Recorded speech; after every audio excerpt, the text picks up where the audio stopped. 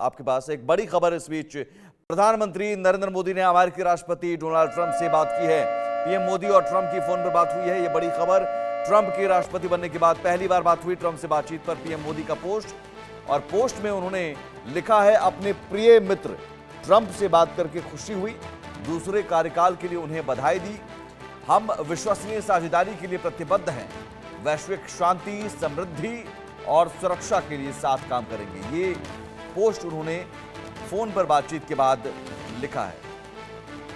और यकीनन ये बातचीत और दूसरी तरफ जियोपॉलिटिकल सिचुएशन जो लगातार तेजी से स्थितियां बदल रही हैं डोनाल्ड ट्रंप के सत्ता में आने के बाद से, और उसके बाद प्रधानमंत्री नरेंद्र मोदी के साथ ये बातचीत, और इस बातचीत में जिक्र वैश्विक शांति की भी होती है, समृद्धि और सुरक्षा पर भी होती है, और आपसी सहयोग की भी बात होती है।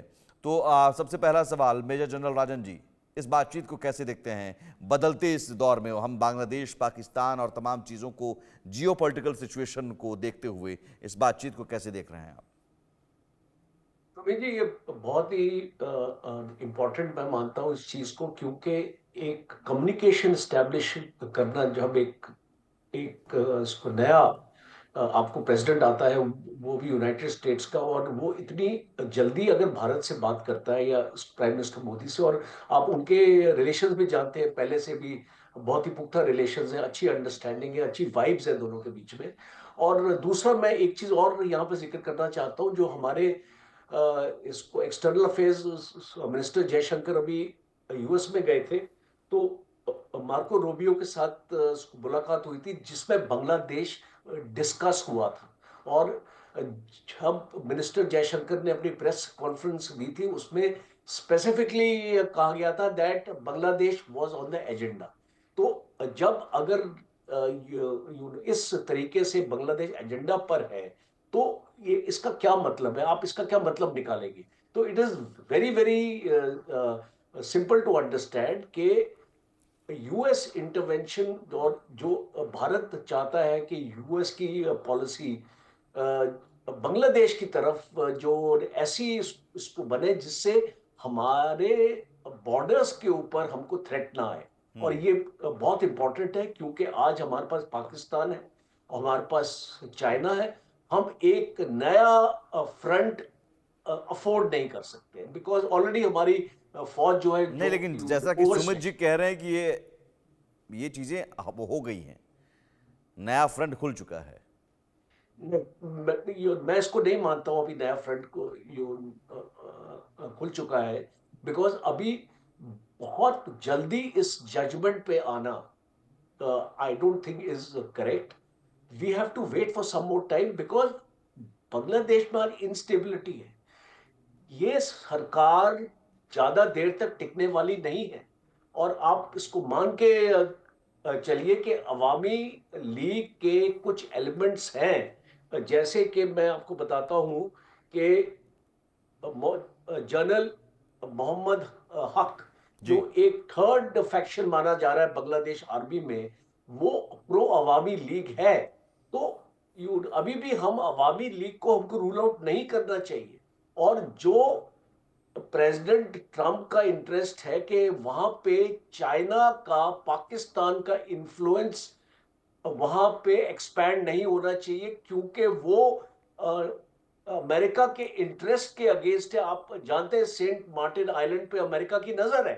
जी। तो ये सारी जो पॉलिटिकल चीजें हमको, इसका पूरी अंडरस्टैंडिंग के बाद अभी इसको मेरी असेसमेंट में, सुमित जी अपनी जगह है, वो अपनी असेसमेंट रखते हैं, ठीक है, तो बट मतलब आप कह रहे मेरी हैं कि अभी असेसमेंट अभी में, अभी हाँ, बहुत सारी संभावनाएं हैं, और खासतौर पर हाँ, ये इस बातचीत के बाद और डोनाल्ड ट्रंप की सत्ता में आते हैं, और यकीनन भारत और अमेरिका के बीच जो रिश्ते हैं, उस रिश्ते में और गर्माहट आती है। सुमित पीर जी, उसका असर हम देख पाएंगे? देखिए सुमित भाई, सबसे पहली बात तो ये है, ये जो अभी डेवलपमेंट और जो न्यूज़ आई है बहुत अच्छी न्यूज़ है। आजकल ट्रम्प साहब की कॉल ना बड़ी खतरनाक होती है। जिसको भी फोन करते, पहला फोन लगाया था एमबीएस को, और बोला 4 साल में 1 ट्रिलियन अमेरिका की इकोनॉमी में जमा कर देना। अगर गणित निकालेंगे तो 1 मिनट का $5 लाख होता है, $5 लाख पर मिनट। कह रहा इस भरोसे में तुम्हें प्रोटेक्ट करूंगा, और हमारा जो कॉमन एनिमी है ईरान, उससे तुम्हारी रक्षा करूंगा।